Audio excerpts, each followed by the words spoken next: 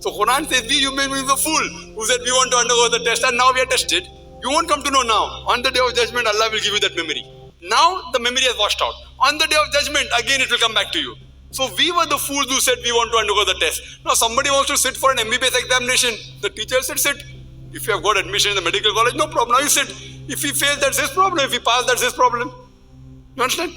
And the test is different. What question has to be given, that is the choice of the teacher. You can't tell, oh teacher, why have you given me this question?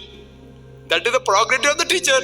Whether he wants to give you question number 1, question number 2, whether he wants to give you a question from chapter number 3 or chapter number 5.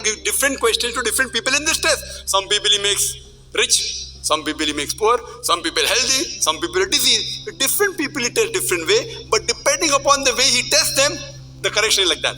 If the test is difficult, the teacher corrects the paper leniently. If the paper is easy, the teacher corrects the paper very strictly. Same way Allah subhanahu wa ta'ala, depending upon the facility he gives the different human being, he tests them accordingly, and he is the most just. Hope that answers the question.